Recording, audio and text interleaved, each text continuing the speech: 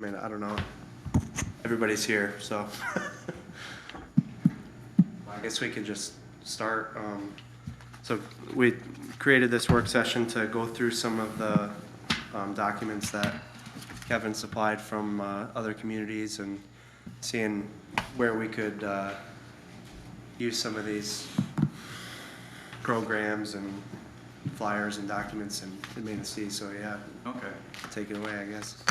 Now bear in mind, guys, my insights into Muskegon, how they do stuff, I think it's fantastic. And I was wrong. I thought there was one grant writer in Muskegon. There's 4.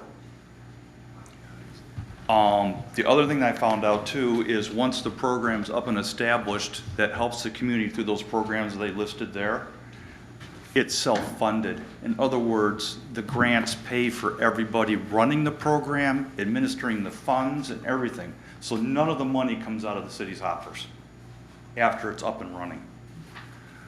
And the way they did that is through HUD, they turned a neighborhood, or they designated all the little neighborhoods as entitlement zones. So once you get the entitlement zone, quote unquote, it allows you to spend those resources through the grants, and this is what I understand, on personnel, office space, all that stuff, to help get the community back up on track. Which I thought was fantastic news, because we're all struggling for budgets everywhere. But that's basically what they do, and they've got, like I said, 4 grant writers, probably 3 or 4 people that administer them, and then they've got another team of 3 or 4 that just analyze blight and process it. And their process starts with letters. There's no tickets written at all. They first start with a letter to the homeowner saying, hey, we notice your house is in distress. I can get you copies of those letters if you guys want. And we're worried about you. We want to see what we can do to fix it. You know, what's your response? What's the course of action? If they don't get a response within whatever days, you guys will set up this program, how long you guys want to do it. You know, whether it's a 30-day response or 60 or whatever. And then they send them another letter out saying, hey, we didn't hear from you. We need some course of action here. What's your goal plan? What's your game plan? And if you can't afford it or why that stuff, that's because they have the money behind them. They say, we can help out with some of the programs. So it's very helpful and endearing to the community. And then if you don't hear anything after another 30 or 60 days, again, you guys will set that up, like Muskegon did, then you start writing tickets to get their attention. And sometimes those work and sometimes those don't. They were doing MCI tickets first. Most of the time, when I was writing them, I would say 80% of the MCI tickets were ignored. Can you explain what NCI ticket is for the group? Like our local tickets, it doesn't go to the court system. The CI goes right to the court system. So basically, it gives us, Manistee, the ability to waive the ticket, work with the ticket, and we're not involving our legal teams and stuff like that. And then after another period of time, then it goes to CIs, which involves George and his group and the court system. I have a question. Go ahead. So are the police officers not involved in this? It's just this team? Yeah. The only thing the police do in Muskegon is I call it nuanceal, not blight, but garbage, abandoned cars, trash in the lawn, stuff like that. Blight is specifically set up for the structure and the surrounding structures of the house. Siding, roofing, windows, the stuff that you can visibly see. Sometimes if a front porch is collapsed, stuff like that. But anything that's not in structure goes to the police department, and they actually have another couple people that do that as well, and Safeville does as well, so they do the trash and stuff. That's not what we're set up. I don't think we're talking about that yet. But the police don't do hardly any of that stuff, except for abandoned vehicles and stuff like that. Thank you. So the majority of the funding is through HUD though? HUD, feds, state's got stuff. I mean, there's so many programs out there. I gave Bill a list of them already, of 6 or 7 programs. And I would encourage, if we can, to get one of the girls that administers these programs in Muskegon to come up, one of their grant writers to come up and visit with you guys.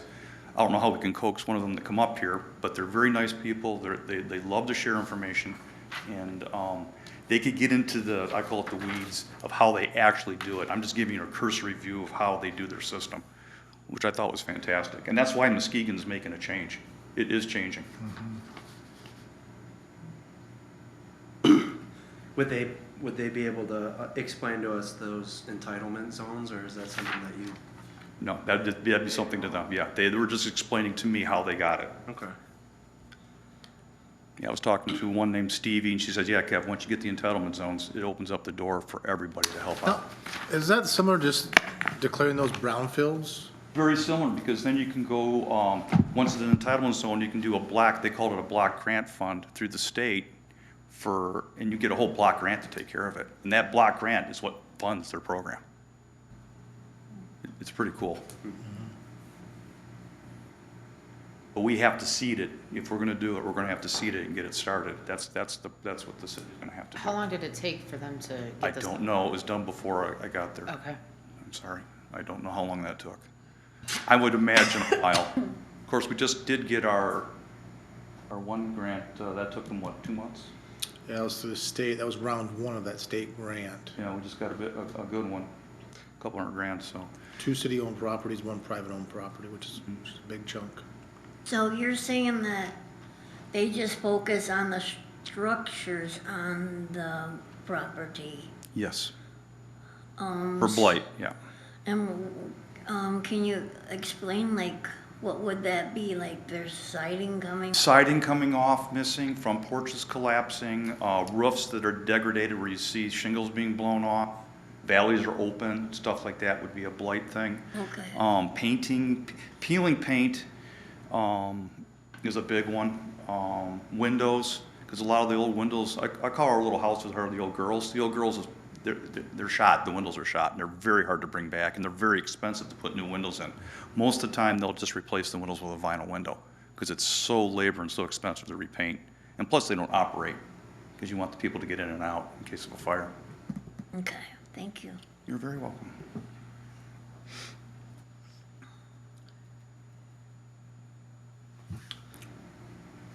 So there's something on here that's talking about the liens on the properties. Yeah, they will lien the properties, for, certain things, and I guess they get it paid when the property's sold.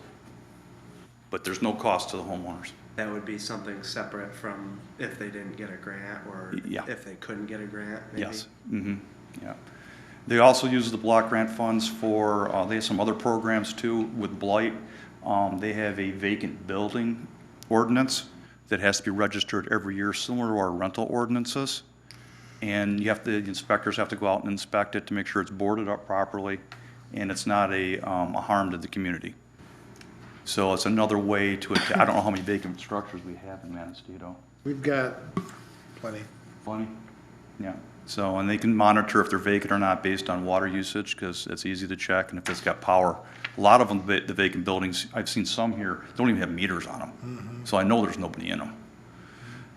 So we could do, that's a possibility for you guys to take a look at too, a vacant building policy. They could, Is there policy, like, how long do you allow them to be vacant for?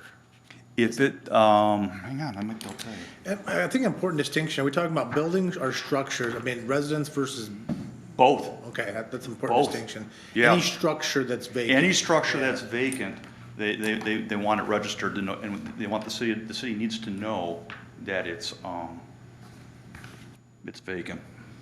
Yeah, right now, we don't have any record for that, right? To know if that's, if it's No. We know if it's vacant or not, yeah, we have, you know? Do we have Yeah. anything in the ordinance? I don't. We looked at this actually when Kevin brought it to me, I don't know, a year ago, different places, what they were doing. Some municipalities have an ordinance prohibiting, like a downtown district, having a building vacant for a certain amount of time.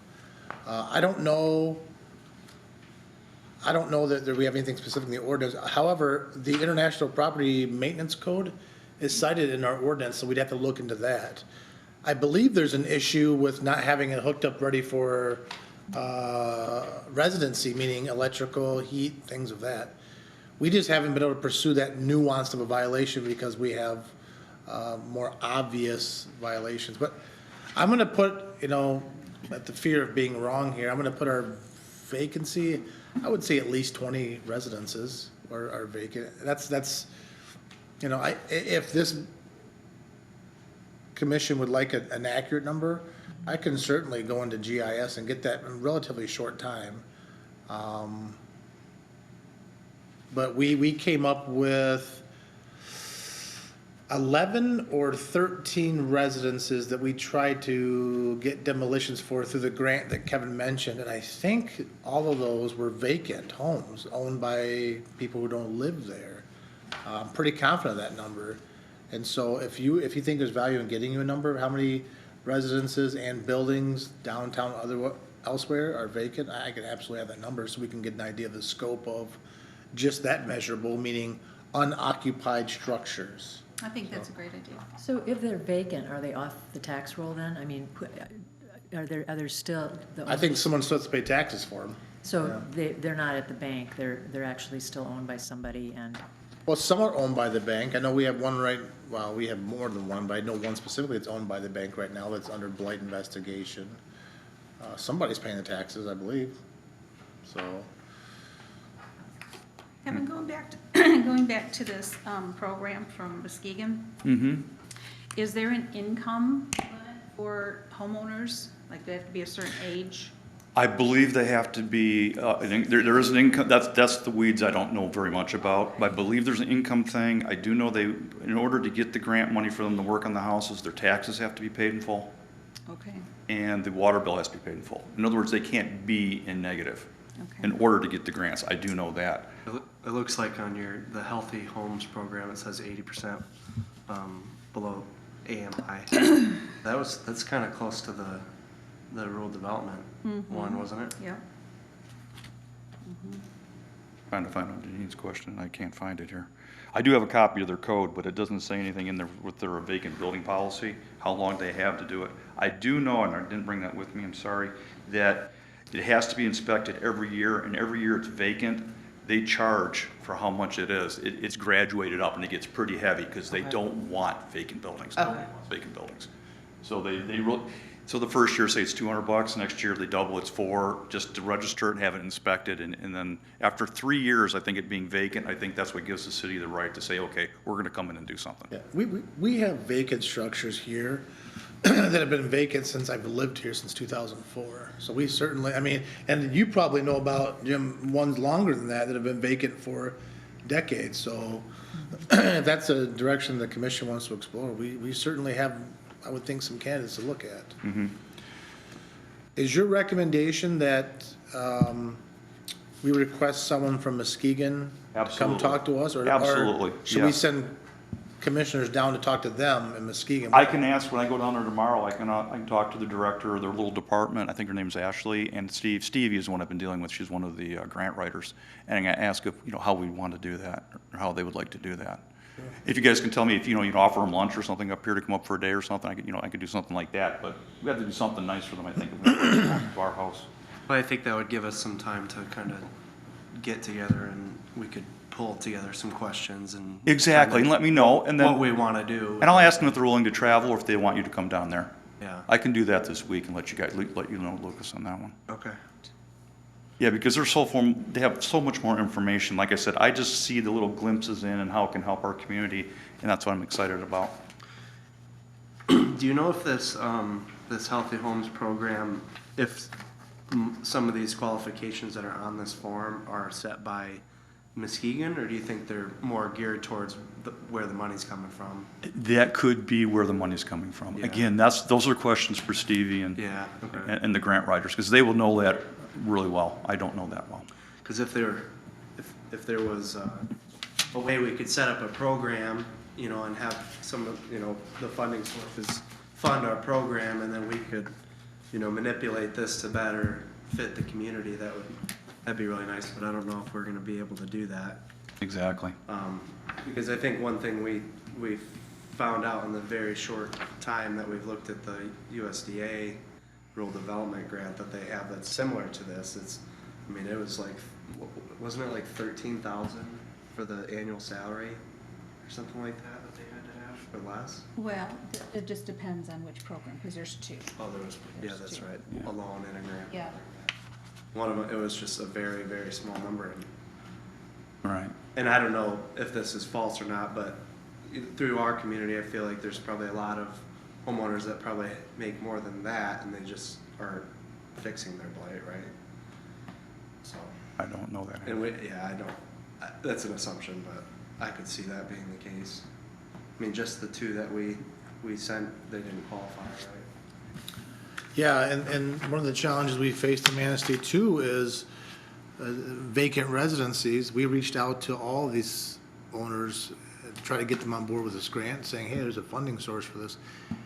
And they weren't willing to have their property demolished, saying they're gonna fix it up and rent it out. And, you know, some of these houses, I'm not the professional, Kevin is, but I don't know that you can sink the money into those houses. I don't know it's a realistic thing. Especially as long as the condition the houses are in and how long they've sat. It was a little bit disappointing that we didn't get more people to jump on board with that grant fund, the blight grant. They're just hanging on to hope and saying they're gonna fix it up for rental, and so, yeah, a little frustrating in that regard as far as what happens on these houses that are blighted, unoccupied, but the owners are financially wouldn't qualify. You know, what resources are there for them? So. The other thing that they do down there for blight issues is, and we're a little bit different up here in the way our ordinance is written. I was looking at this the other day, and our ordinance is written up that all the blight stuff and all the provisions has to go through the everything goes through the council. Has to. It's the way our ordinance is written up, which is fine, but it doesn't get, they have it set up and it goes to the council for every resolution. That's cumbersome unless if we set up a committee for this, they could look at it and then make their recommendations to the council. I think it would be much more streamlined to help you guys in other words, get the cliff notes rather than bringing you guys down into the weeds all the time. Have you worry about the high level stuff. Does that make sense? And I think what you're talking about is not the blight ordinance, but the building maintenance code that says in order to deem a house uninhabitable, excuse me. Yeah. It needs to go in front of council, and one of them says council and or the city manager. In my conversations with the city manager, I don't know if it's a path that we want to get our city council folks involved in presenting a case and I think it could be more streamlined process on that side of things. That is the property maintenance side of our ordinance. So, and you're talking about a path to deem a property uninhabitable. It's very hard to do. That's one. The other thing is part of section 1480.04. It has all the violation in the amendment section. You guys can look this up later. I can give you, it's our ordinance. 106.4, the violation penalties are all deleted out of the property maintenance code. So we have an ordinance that unless council says these are the fines and fees, there's no teeth. And based on that, the way I understand it, and George may argue with me, you can only get one violation out of it, whereas in the property maintenance code, the violation is every day that structure is in violation. Our blight is the same way. You can give them every day the property exists. Every day the problem exists, you can get a new citation for it. So which is the difference, because he's citing the property maintenance for city ordinance, which we haven't had a building inspector here in years.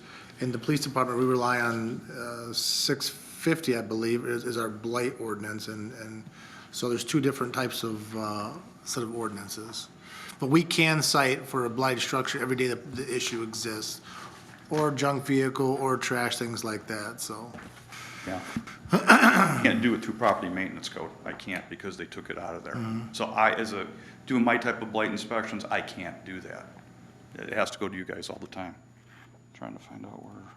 Here's where this says in your guys' ordinance. You guys are curious. Now, is that chapter 14 or 15? Which one is that? 1480, I think. Don't quote me on that. I haven't memorized this thing yet. That's the city's property and maintenance ordinances. What chapter is it? 1460? 1480. And which one is it? 1480, section 106. They actually have a housing board that actually looks at houses to be condemned and/or demolished, and then they make the recommendation to the city council. Like I said, it's a much easier step, and then if it doesn't get past that, it's just like one we're dealing with right now over on 8th Street. Yeah, and the path that we take at the police department is our 650 blight chapter, which is the city attorney litigating to a judge to have an order to demolish. That's the path we typically take for demolition. So there's really two paths here, but we haven't used the other path because it's been a long time since we've had a building inspector here. I think it was Mark Neeson was the last time we had a building inspector. He did ordinance enforcement and building inspections and rental inspections as well, and so. I guess my only issue is when they get a ticket for violating and it goes to court, I mean, they don't really pay it anyway, so what's the point? So that doesn't make sense to me. Like, why are we worried about giving tickets if we don't recoup any of those monies anyway? Like, maybe somebody will pay it, maybe they won't, and if they don't, oh well, we don't go after them. Yeah, I think we're talking about two different things here. We're talking about blighted structures and then junk and vehicles and things like that. The blighted structures is important to have it deemed uninhabitable because then it opens some doors as far as what the next action is. When we've done that through the police department, because we haven't had a building inspector or someone enforcing that. That's why you're hearing this chapter 14 probably for the first time. I agree with you. I would say that when it comes to municipal citations, our numbers are very similar to probably Muskegon. No one pays them. And when we take them to court, we pay our city attorney fees, and the judge rules against them. Let's just say you must, I don't know, tear this house down and or pay $500. We don't have a mechanism of recouping those costs. The same thing is if the judge orders, a typical judge order is this, you have to remove this junk from your yard, otherwise the city can. Well, for the city can, that means we spend taxpayer dollars to come into that residence and clean that garbage out. And right now, I don't think we have a very effective way to recoup those costs to make that sustainable. Because we don't, Right. we might put a, what's that? Other than this commission forming like a volunteer day. But you wouldn't do that. We wouldn't ask you to do that. Okay. To carry out a court order for private residence. And so what we've done in the past is, and this goes back to our conversation last meeting, is sometimes we'll place a lien on the property, but when a property is sold or goes back to auction for tax foreclosure, the liens get paid out with the order in which they are put on the property. So oftentimes there's no guarantee you're gonna see that money. Right. And so I think it's important to figure out possibly a better way to sustain a fund that when we get these court orders, we can have this work done, have money come back to us, after paying out taxpayer money to kind of create a more sustainable. Right now, we don't have that. So, the house on Monroe Street was tore down. Part of that's going to be paid by the city, lien on the property. When that property sells, if it sells, we might get that money back. But if it goes to tax foreclosure, the liens get paid out, in which the same one on 12th Street that we did 2 years ago, and so on and so forth. And we're looking at developing services and saying, okay, if Kelly Greavy, for example, won't pick up junk vehicles and trash in the yard, the judge rules, okay, if you don't pick it up, Kelly, by X amount of date, the city can come in and do that. Well, we can find private people to do that. We've never done that, but we're going outside the box as far as finding problems. So we hire someone to do that. That's paid for with taxpayer funds. How do we recoup those costs as a city? And if we put a lien, we don't see those costs, that money back until that property sells. It may never sell. Like I said, it might sell and you might not get that lien back. So we're talking about those strategies. That's why it's so important. The frustrating thing is, the judge says you owe the city $500, but there's no one to make you pay it. So that's a frustrating process to all this. Well, it just seems like a waste of time and resources, and Right. money, so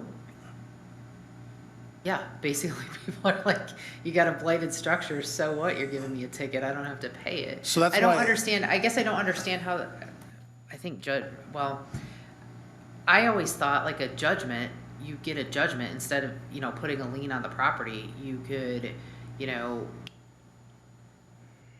like credit card companies, they would take your tax refund or whatever you owe for that. Yeah, I don't know how that works, and when you start talking about liens and how those liens are assessed, the city attorney has to request that, so that's probably a better question for him, but, I suspect Applied to the taxes, I'm sure there's a reason, but I suspect in previous years and decades, this is why people have been so frustrated with blight enforcement, because of kind of what you're saying, Mayor, is that it seems the consequence doesn't seem to, motivate it. So what ends up happening is the city of Manistee ends up using taxpayer money to clean up these residencies, and I think that's a tough pill to swallow without having a strategy to recoup those costs to make that a sustainable fund.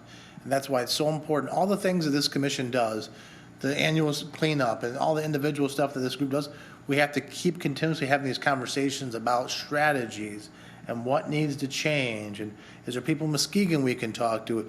Is there other people we can talk to? A lot of times in the past, people get frustrated and say, well, throw up our hands and let's just have the cops fix it. Well, so I think it's very important. But you see some of the challenges ahead. They're not, we can overcome them, but we need to talk to people from other communities and what has been successful. Is what Muskegon has done, is that going to be successful? Maybe, maybe not. Maybe some version of it is, That's why it's so important to have all the people on our commission have different backgrounds to bring that piece to it.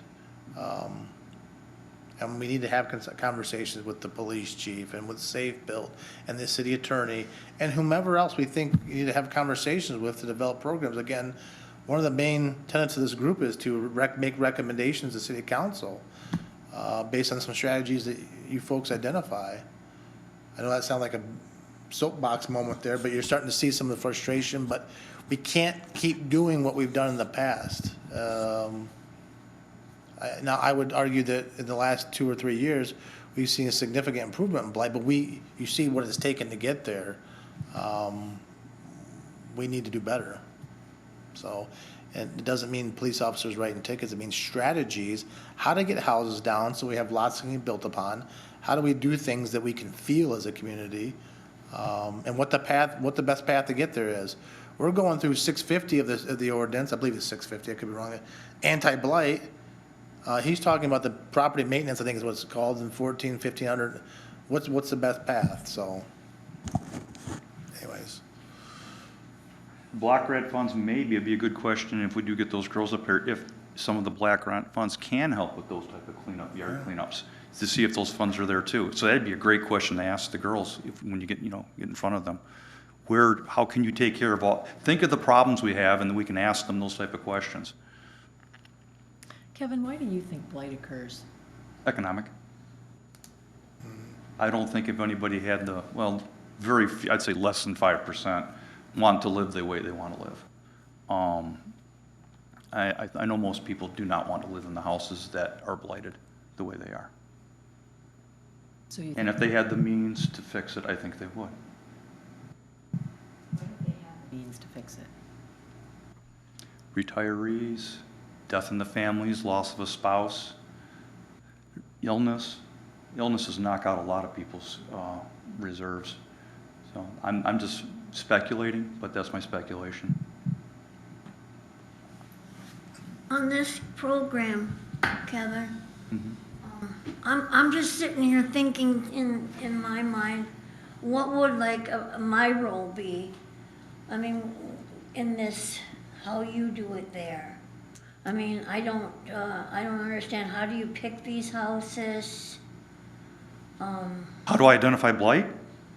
Yeah, well, structure blight. I would love to take a bus tour with all of you. They've already been identified. We have the. Oh, okay. Josh has got them identified. They're already identified, Okay. yeah. I can tell you how I identify blight, which is very similar to Josh's methodology. Looking at a house, you can tell real quickly if it's a blighted structure and it's got problems in it. And I'm not going through the entire inside. I'm just looking from the outside. I mean, if it doesn't have any curb appeal and the, like I said, if the roof's caving in, porches are collapsing, it's pretty easy for me to see that stuff. Okay. And that's how I do it. I've been around it for And you two. bring together the places that you identify. Mm-hmm. Yeah. Yeah, because we have Josh has done a great job on the blight map already. I think we have a lot of the stuff. It could be congealed if we had a little team in place to take that information to HUD and say, hey, we need an entitlement zone for, say, the Marshalltown or the other little, sections in town. Not every section in town needs it, but we could say, hey, this community needs it, it's Marshall, or this ABC one needs it, and then start going for funds for that type of stuff and generating where I think the net root cause is economic, fix it at the root level, and try to use our resources that I would be, because I'm a taxpayer here too, I would love to see the resources we spend for our taxes being used to help better our community that doesn't come out of our, even if it costs us a little bit to get it seeded, I would be all in favor for it. But again, that's not my call, it's communities and city councils. I think it's good value dollar. You spend some dollars up front and that payback just keeps paying and paying and paying, just like a bank account. It keeps growing and growing. I think that, so blight is contagious, right? So, I've learned anything, if you're in a neighborhood and you see someone with a junk vehicle or a mattress in their yard, then the expectation is, I guess that's probably something that's acceptable. And I think the opposite is true. If you start tearing houses down and building and improving, I think that will also be contagious. Now, that might be overly optimistic of me, but you're talking about the standards and acceptability of neighborhoods and cities. What is acceptable in the city? What is acceptable in individual neighborhoods? So, I think that's why it was so important that the city purchased those two properties, and now it's getting funny to tear them down. It starts the city leading by example when it comes to blighted properties, and a private resident was able to get involved there. So I think that's the big picture there is, why do we do this? So that the hope is that we tear these properties down, offer building opportunities, but also do our part as far as increasing the level of acceptability in town here. Yeah. Now, the big hurdle is gonna be these these landlord-owned properties that wanna fix these properties up and rent them out. That's what do you do with those too? So as you develop strategies, we have to think about those things as well.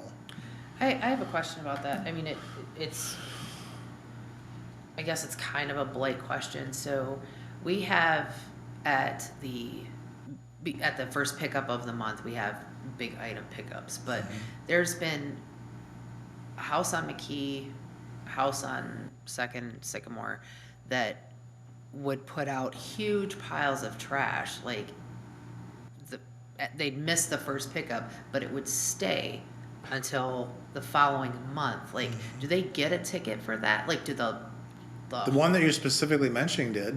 the landlord got a ticket for it, or is They it? took a ticket to have them clean it up. Okay. But I would tell you, with my own eyes, I've seen landlords who own properties in the city, who don't live in the city, Bring stuff bringing to, big yes. items. I've had an interaction with one, actually. And so that's part of the problem as well. I'm just wondering who actually gets the tickets for it. Is it the It renter? depends. It all depends. Okay. If it's a tenant who lives there, then you can cite the tenant and the owner as well. Okay. We try to use a little common sense when it comes to those things. Structurally, if it's a structural issue, we give it to the owner. If it's something about junk in the yard, something that the tenant would do, we give it to the tenant. If it's a repeated problem, we cite both parties, hoping to impact change there. Does that make sense? Yes. So the one that was cited, did they clean it up? As of Officer Barber advised me, that came to my desk via city council, he told me that they did. But you're gonna find this happens, it's reoccurring issue. It's a reoccurring issue, and I've heard different reasons as to why. And it absolutely takes a lot of time to do that for our police Well, departments. I mean, the one on McKee is just ridiculous. Like, it constantly keeps happening. Like, Well, there's one that they should the have got a bank dumpster. owns. Yeah. The bank owns one of those houses, and we. Oh, no, I'm talking about the other one further down. And Right. they literally should have got a dumpster, and it just constantly fills it up, and it's ridiculous, so. But it's been, that house has been like that since I've lived in the neighborhood, which is But almost let's go 20 back to our years. previous conversation where, you write a ticket. And what happened, so at the end of the day, when push comes to shove, months later, when you get a court date, you go through the municipal citation, they say, no, whatever. Take them to court, get a court date, assuming the judge doesn't give them extension, assuming he doesn't, the first swing at this thing, you clean it up or the city can clean it up. Well, guess what? If they don't clean it up, what happens? City cleans it up. Then how do we fund that? And how do we get the money back? And, it's a frustrating process. Figure out a way, like, we could amend our ordinance to figure out a way to put that ticket on their tax bill. I mean, we do that with the water. Why can't we do that with the citation? I think that's a conversation probably to have with this group, make a recommendation to council, this group decides that, but keep the city attorney involved in those conversations, I would recommend, that's my recommendation. I think the tall grass goes in their tax bill, I think. Yes. With the this would be the anti-blight ordinance that you're referring to. That would Yeah, have been- fines and costs associated from blight, yeah. So I don't know how the path is different for the DPW come over and cutting your grass and put it in your tax bill versus the city coming over via a subcontractor and cleaning your yard, mattress, car, blight. So those are conversations that I think are important to have. Yeah, I think it should actually go on your tax bill, and if you're a landlord and it's your tenant's problem, and it goes on your tax bill, that's your problem. I mean, you can look at that too for board up policies and stuff like that. We need, say the structure's got broken windows and kids are getting into it, and we have DPW go out and board it up, or who does that here? I don't even know. Mark Hansen, our building, Yeah. our building maintenance guy does. So that would be, have his cost put on their tax bill. I don't think we as a taxpayer should front that at all. It's somebody else's issue. We're talking about strategies, and let me qualify this. I am not a tax expert by any means. I have had conversations with Ed Bradford, so hopefully I'm not misremembering those conversations. And this would be a great conversation when you start talking about taxes for Ed Bradford, who's our CFO, but if a fine is put on the tax roll and that person doesn't pay the taxes, my understanding is the county buys up our tax debt. So we would recover those monies. Now, again, this is probably a conversation better had for Ed Bradford, our CFO, but, I've always thought, why can we not do that just like for the tall grass? Someone, usually the city police, says your grass is too tall, they contact the DPW cuts it. So I think that's an interesting strategy. It makes sense to do it like that, because, I mean, you're getting a ticket, but you're not really getting a ticket because you don't have to pay it, so we're just going in circles, we're wasting resources giving people tickets when we know they're not gonna pay them. Well, and it's so. very, just think of yourself as that enforcement officer, how you feel about the system as well. Very frustrating for them as well. They do Yeah, an excellent job. Their tickets, and like I said, 10 or 15, Got paid. 5 or 10, and then another 5 or 10, they actually complied with the ordinance. And so you spend so much time as an ordinance officer and getting no return, it's very disheartening that you're trying to set a positive change. It's tough. It really is tough. Josh, who cleans up that situation that we were describing, like where there's trash on the road and then they Well, call it depends on in? the situation. So, if you have a lot of junk in your, let's say your backyard, we would have to contact, I'm in the process of doing it now. The city has never done that, to contract services saying what excavating company would come in and clean up garbage from someone's backyard? I don't think we would ask our DPW to do it. I might be wrong. But that's something we've never gotten to. Most people get the hint, but we live in a world of people aren't getting the hint, right? And so I could think of one residence specifically that I'm reaching out to our excavating companies and saying, would you do a cleanup, meaning you, not with a backhoe or construction equipment, but manpower, walking the backyard, getting a dumpster, what would you charge us, getting 3 bids, that whole thing. And that this is a different situation than before, like where there's blight that the officers were ticketing and then they just didn't do it and they didn't pay for it. This is a situation where it was trash on the side of the road, left there for a month. Is that a different situation, or is that the same situation? I don't know where you're, I guess for we address for it all. enforcing blight, We address it all. that would, so they'd both be for blight. Yeah, we address it all. You can imagine the frustrating, again, that's why most communities don't use law enforcement for their ordinance enforcement, but these houses that every month, they either put their mattress or couch out 2 weeks early, or every month it's a struggle them putting junk out. We've all seen how ugly it looks on the side of the road in your neighborhood, a couch or a mattress or tires or you fill in the blank, because it's just like signs in the right of way. Once one person does it, and the neighbor does it, and all of a sudden, before you know it, you have a road that has junk in the right of way. And it's a struggle in some of these houses every month, and it sucks up a lot of our proactive time at the police department. And so I know the officers get frustrated because they see no consequence. We tend to live in a world right now of no consequence, and so they're looking at it and saying, all this effort, and we can't see, our law enforcement officers are, by their very nature, problem solvers. So they put all this effort forward, and they haven't found there's no solution to the problem. They get very frustrated very quickly. And they still do a great job, despite of that. They are probably have a little more patience than I would in some of these cases. Half of our police officers live here. They interact very well with our community, and so they are good at working with people, but it monopolizes a large chunk of our proactive time. Proactive time meaning we're not taking calls for service or doing follow-up or traffic enforcement. The time that officers have to choose to enforce it, it's all monopolized by ordinance enforcement with no result, so.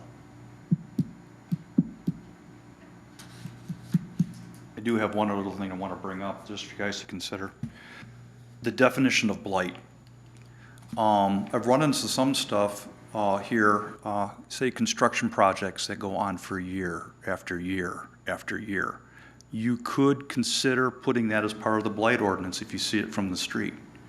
Why isn't this done? Say after, because my permits, technically every 6 months, if they want an extension, they can do it. And this can go on forever, and the house never gets done. There's no statute for you to stop them from extending their permits, unless city council comes up with one. But there's nothing in the state law. I mean, permits can go 10, 12 years, 20 years, who cares? Normally what Safe Built's policy is after the first 6 months, we'll give them one extension for free for a full year. Then after a year, it's a safety inspection to make sure they're making progress. And whatever that safety inspection costs, that's pretty much to keep the permit going. That's as much as Safe Built does, but there's no end game there. So say a person's taking 10 years to do the siding on their house and it looks horrible. Again, that could be a definition of blight, excessive amount of time to finish a project. Just something to consider is one thing I've noticed. I don't see anything written anywhere. The other one is tarps on roofs. That's another one. But getting roofers right now, we all know is a real problem. So if you have a tarp on a roof for more than 5 or 6 months, again, the council has to come up with those ideas, what they think is a limit, a reasonable limit to having a roof replaced or a tarp on the roof. Yeah, we have in our ordinance accumulation of building materials under one of our blight-related ordinances. And so, and what we found as a challenge is you can't have building materials accumulate on your property. But what if you're in the process of doing your siding, they tell the police officer, I've got one house, we've talked about it here, that after years, they finally got the deck fixed, but, and we've had complaints about some of our auto body shops having junk vehicles. The problem with that is that's part of their business, so it's almost like telling the lumber yard, we have a accumulation of building materials in your property. Well, yeah, we sell and deal in that. So we do have something that applies to that. Right now, the officer has been the arbiter as far as, hey, you had that tarp out for months, what's going on? And if they tell the officer something that is reasonable, then we approach it appropriately. But I think we can all think in our mind's eye about some tarps we've seen or building materials of, someone's been building a deck for 6, 7 years. The question is, okay, why aren't they building the deck? What resources they need?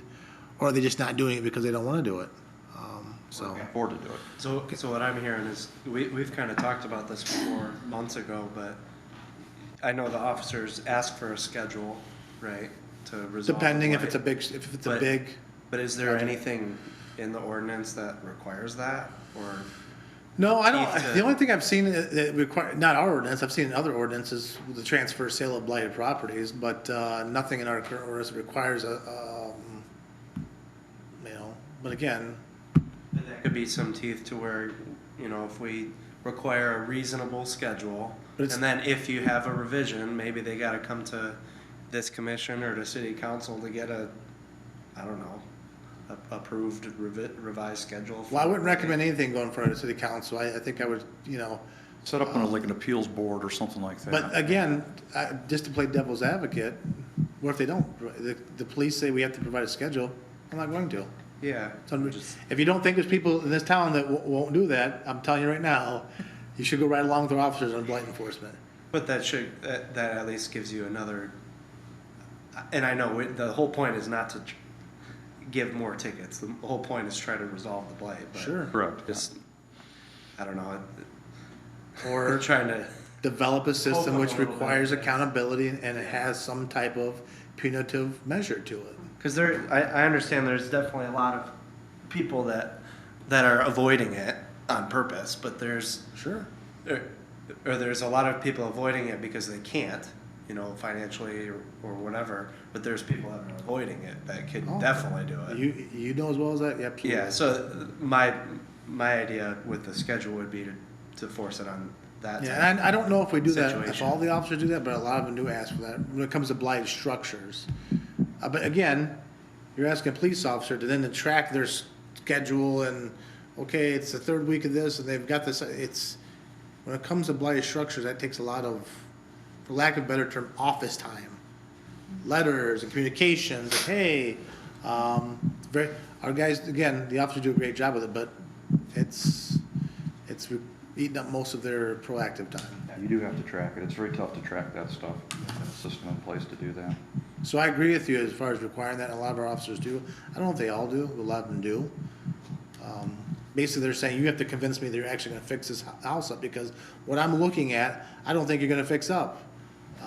So, And we had the same, one of the properties we were thinking about helping out for the community service day. The guy's had building materials on his deck that he's gonna build, but the wood's all. I will tell you, I don't know if it's one you're thinking of, but there is one that you and I went to, Mayor, and he built, their deck is up.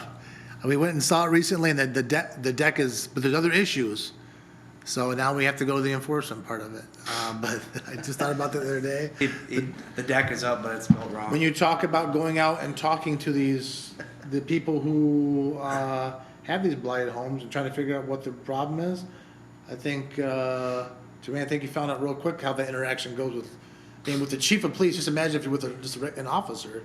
Sometimes it doesn't go the way you would think it would go. They argue what's trash, what's not trash, and there's a lot of factors that factor into it. Economics, mental illness, age, substance abuse, all those things. There is no, this is it, this is it. Yeah, it's easy. Economic depression is, if everybody has money, then certainly, but it's not that simple. It's just like any other problem. There's many different, it's a complicated problem.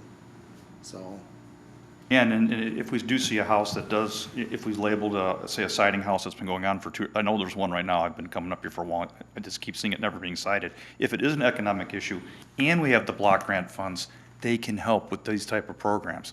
That's why I'm pushing for that as hard as we can to see if we can get something like that going. Yeah, just it seems like we'll always have the gap of there's identifying and enforcing the problem. Yep. And then, you know, if there's a program, then great, but they gotta still fit the category of the program. Exactly, Then exactly. there's the gap of, if they don't fit Fit the the gap. requirements, then Exactly. it's still going into the same, And again, that's a great question to ask those, you know, the block grant writers. what they do for those Exactly, situations. and how do they fill the gaps? Because that's a really important question for us. How do they do that? How do they get through that? I do know they have dumpster days, like you guys were talking about last week, once a month, and an officer sits there A police officer or ordinance enforcement officer? Officer, usually I would say. But it doesn't help the structure blight. But I think the philosophy there is giving them an opportunity to solve their problem, right? That's the philosophy. But I don't know, and if they have Big Item pickup in the city of Muskegon, do they? I don't know about that. I do know they do dumpster days and they do neighborhoods. They try not to do it too much in the summer because along the, I call it their economic fronts, like, they don't want to have a lot of large garbage out when people are vacationing in the area. Does that make sense? We used to have spring cleanup day in Manistee where I think there's a time period you had a week or 2 weeks to get all your garbage out of your house and put it on. And let me tell you what the city looked like for 1 or 2 weeks, and the DPW took them a long time because everybody's got stuff out. But it looked pretty bad during that time. And we don't want to do that during our July and August and, June. No, I think the September. philosophy was it was during spring, everybody's spring cleanup, right? Good idea, do it in the spring. Yeah. Maybe one in the spring and one after the season's done, say after, after Beer Fest would be a good way to do it. But I think what we did in the past is our DPW picked that garbage up, and that is a huge lift for them as far as resource wise. I don't think anybody wants to go back to that from what I've been hearing, so. Those are just ideas, so. So do you want him to reach out to Yeah, I folks guess in Muskegon, summary, and- from this conversation, we talked about the programs and the block grants and whatnot. That'd be good to. Okay, I'll to talk know to the about. girls and see how they want to do it and say, hey, we want to get together for an informal meeting. What works good for you? And I'll let you know, Lucas, what they say. Okay. We talked about vacant buildings. Vacant building. Part of that as well. Vacant buildings be part of it. And then I guess outside of the Muskegon thing, we talked about revisions to the anti-blight ordinance. Mm-hmm. So maybe we could all take some time to just look at that and just I think think about blight it. is actually on the work session for next month too, for city council, yes. Okay. I would recommend that all proposed revisions go through George Saylor's office, because he might say, well, that's over here. Like, for example, some things are in our anti-blight, which is 650, and some things are in our property maintenance code. So before we make a recommendation, we should say, hey, is this listed somewhere in the ordinance? Yeah. Right. Yeah, we can just look at it and gather those questions so we can ask George. I think it's an interesting conversation about how you recoup costs, taxpayer money. I think it's an interesting conversation. Kevin, did you say that once you get a place that you're gonna move on, it has to go before the city council? Yeah, Josh has been doing that for me right now. Anything that has to be demoed, I don't do any of that stuff other than. Just the demo? It doesn't, so, let me clarify this. So in the property maintenance code, the city ordinance 1500s, it says you can bring it in front of city council if it's fire damaged or if it's uninhabitable, have them deem it as such, meaning uninhabitable. We haven't followed that path. The path we've followed is George Saylor arguing to a judge, the judge making that determination. That's the path we've done under 650. And so I guess if this group makes a recommendation they want the city, I feel more comfortable, I don't want to speak for George, but our conversation, I think he feels more comfortable with judge making that determination, orders the house to be tore down versus a city council. Again, that's probably a question better suited for him, but if we have a court order to demolish a house, it doesn't matter who the owner is. And once it changes ownership, that doesn't matter. We have an order to tear it down. Either you're going to tear it down or we're going to tear it down. The question is how we recoup costs and funds to make that a sustainable budget or item there. So that's the path we've taken. And since blight has taken off and we've all been forced to figure out to solve problems, I explored the property maintenance code and saw in there that when we have houses that have been caught fire, there's a path to have that house deemed uninhabitable, but it's through city council, the city manager. Yeah. And I'm not sure what the comfort level, I don't know that we want to bring a bunch of houses in front of city council, and then I'm not sure that's a great process versus have our city turn it, bring it in front of a judge that gives us an order.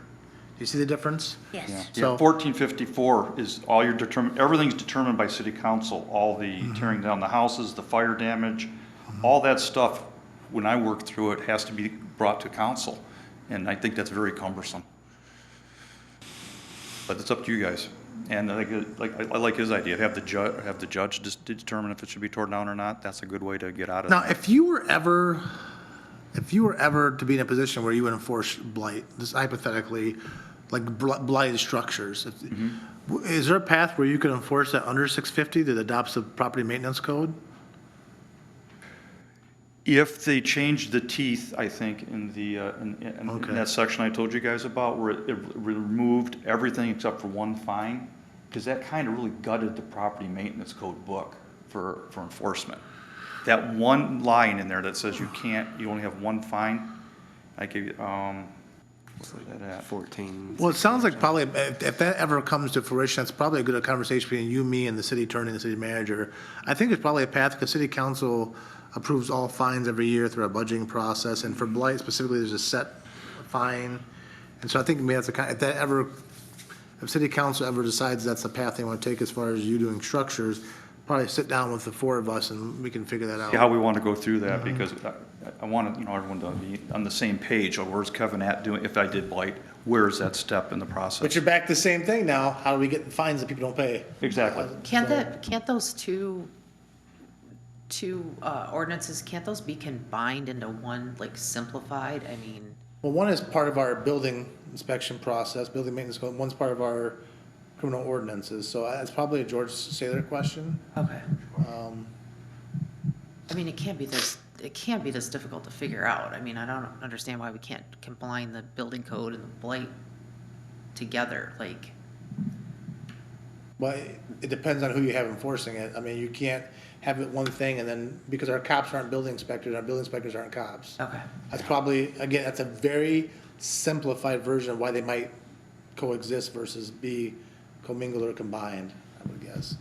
So that speaks to structures from a building inspector standpoint, where we have anti-blight, junk vehicles, we have different things that can be enforced by the And officers. anti-blight is strictly exterior things as well, right? Yes, nothing interior. Sorry. I mean, there was a time when we had police officers testify in court whether we thought the residence was uninhabitable. And we simply are not qualified to make that decision. And we should not be asked that. So we've improved that process greatly, but it's, again, this is a complicated issue, and it's easy to say, well, this is frustrating, we're just not gonna keep having these conversations, even though sometimes it feels like you're banging your head against the wall. How can we improve that? How can we recover our fines? Can we have conversations with Muskegon and other places? Just keep constantly putting the effort forward, moving forward. So maybe there's a path where something has to come in front of this commission to determine A, B, and C. I don't know. But again, you have to keep having this conversation. That's why I applaud the effort here.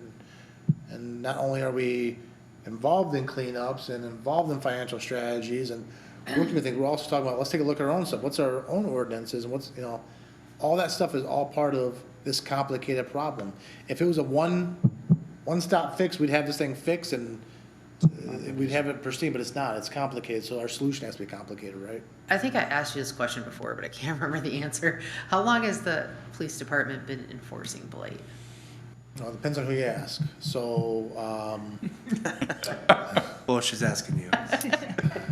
Well, I mean, how long has it been So, the police department's when- responsibility? Like, when the city had when Mark Neeson was here, do you remember when that was? Mark Neeson was here. I was an officer here. He did the rental inspections and he addressed a lot of the blight. That position was eliminated and they contracted out basically everything that he was responsible for. I know that Dave Bachman, when he was the police chief, public safety director, they came to him and said, yeah, do blight enforcement. So they assigned one officer to enforce blight. And it's kind of been, have the police solve blight through tickets philosophy since. Okay. I can tell you the city has never put this much resources, meaning tax dollars, commissions, police chief, city manager has not had this much focus on the problem since then. Before it was police department, fix blight through enforcement. But that process has changed. We used to tow vehicles off of private property after tagging for 7 days. We no longer do that. Nor do I think we should do that. And a question about that. What then? what happens to it? Like, if you've got a vehicle that you keep constantly tagging, what Well, if happens? it's on private property, I think we need a court order to remove it, because you're depriving a property owner of their property without due process, I would argue. I think the city attorney and I, feel consistent on this. As far as when you deprive someone of property, when the government goes on your property, If it's on a city street and it's up it's on blocks? completely Okay. different situation. Okay, When you go onto someone's backyard and take their property from them, the best practice would be to have a judge order such thing. So that they have a right to dispute that, they have due process. Public property, completely different thing. There's a 48-hour process to that. But you see how labor intensive some of this stuff is. well, So- in my opinion, I think it's ridiculous that the police department enforces blight, especially since we don't follow up and recoup any of the money from the tickets. I think it's a waste of resources that anybody whose idea that was for you to enforce blight is ridiculous. Yeah, so we went from having a building inspector that had some blight enforcement involvement to a building inspector that's focused on building inspectors, and then blight enforcement went to the police department. It seems like we need to have a blight enforcement officer. Yeah, I don't know. That's what I think. I don't know where the mess was created, but I think it's a terrible waste of Well, the I police think, department. my opinion was created when we no longer had that position in-house, and we contracted out the services, and people feel that it's ordinance enforcement, so the police are already out there, they can do it. Now, if I'm being completely honest, we had a situation that occurred in 2017 that really impacted how our officers felt about enforcing blight. We had an officer-involved shooting over blight. And so that really forced us to reevaluate having a civilian go on properties and enforce blight for safety purposes. And so again, I'm not mentioning this, it's an honest conversation that really impacted how we felt about that. So The what I- conversation of having an ordinance enforcement officer, a civilian, doing that. Right, so that, what I was gonna say is, what I get out of that comment was your recommendation would be to have an officer be in that position, but only one person dedicated to enforcement? I don't know, I can't provide an office, I can't provide that. Right, no, I'm saying like a new position, like a blight enforcement officer, but they would be a police officer. Potentially. They wouldn't be just a civilian. Potentially, yeah. Well, an officer and a civilian are two separate things, but again, there might be some strategies in there, but I mentioned that, the history, Mary, as you asked, the history, the event we had in 2017, how this thing has evolved. So, our officers do a great job with it, they've been very responsive to it, but it also impacts us to do other things significantly, so. Working with Kevin's been great for structures, because our officers don't know a lot. We didn't know this thing existed because our officers don't look at the building maintenance code, that's not what we do. So it was months ago that I finally peeked over there and said, did you know that for this process, it has to go in front of city council? We've never done that. We've never done that, We've also never hired people to clean out your backyard because you refuse to clean your own backyard. But again, what we've done in the past is not working. So we look forward, this group needs to see what can we do in the future? Did you get an answer out of all that as far as, okay. Anybody else have questions for Kevin? I don't. So Kevin will connect this group with the Muskegon group, they can figure out how we can meet, talk, whether it be in Muskegon, here, phone, whatever it might be. Let me know how I can assist in that as a city staff. And I think it's important to keep having these conversations, maybe not just with Muskegon, but with Other other Michigan communities. towns, and how do they do it? I know, we talked about before, not to convolute this or prolong this, but there's some northern Michigan cities similar to us that have an ordinance against leaving vacant buildings in the business district vacant for more than 12 months as a way to promote things, so you don't sit on a business. I'm not recommending that, but again, it's important to keep having these conversations with, we don't have all the answers, I certainly don't have the answers. Let's talk to other police chiefs, municipalities, things that affect law enforcement. I would recommend this group do the same exact thing. Keep reaching out. if you tell them if they come, we'll buy them lunch. I mean, you know, you said you need a little bribery. Nothing briberies. I don't think, I would say just being good hosts. That'd be more Yeah. my definition, you know, entitle them something. Yeah. All right, but they may want you guys to go down there too, so I don't, like I said, I can't speak for them. Well, they have better restaurants. I'm only thinking of the eating part. Can I ask a question about the percentage of blighted properties? What percentage would you say is from illness or grief or, you know, I couldn't tell. versus those that are involved with law enforcement? Well, they're all involved with law enforcement. We do the only blight enforcement. But I'm saying have had previous issues with the law for whatever reason. I can tell you this, Kelly, that when a police officer shows up to your door, and even as good as a job as our police officers do working people, when you start going, why don't you clean this up? Do you have mental illness? Or do you have a health problem? We don't usually go there too much. They kind of know anyways, but that's not a conversation that law enforcement officers should be having. When I meant illness, I meant because they can't go to work due to, you know, something, I didn't mean mental illness, I meant just illness and grief and just common everyday. I found out those, again, I'd probably say the ones that responded to me, I would say probably 20 to 30% had something going on traumatic in their lives. Because when you write the letters as a blight officer, you're encouraging them to contact you to get a course of action. And then you hear everything. And I hear things I don't want to hear. But that's how I know about that. But again, it's hard to put numbers on it because not everybody responds. And the ones that do respond are the ones that are really hurting and need the help, typically is what I found. And it's about 20 to 30% of the people that call me back are really in trouble. You know, cancer, whatever, I just lost my husband. I've heard a lot of that. And a lot of it is, I can't pick up mental illness usually, not over the, but that's what I've seen. It's a large proportion, I would say. And some made bad life decisions. Well, thanks, Kevin, for coming in and You're welcome. talking. This is good information. Thank you. You're very welcome, guys. Thank you. Thank you. Is there any public comment? No? All right. I'll take a motion to adjourn. I'll make a motion. I'll second.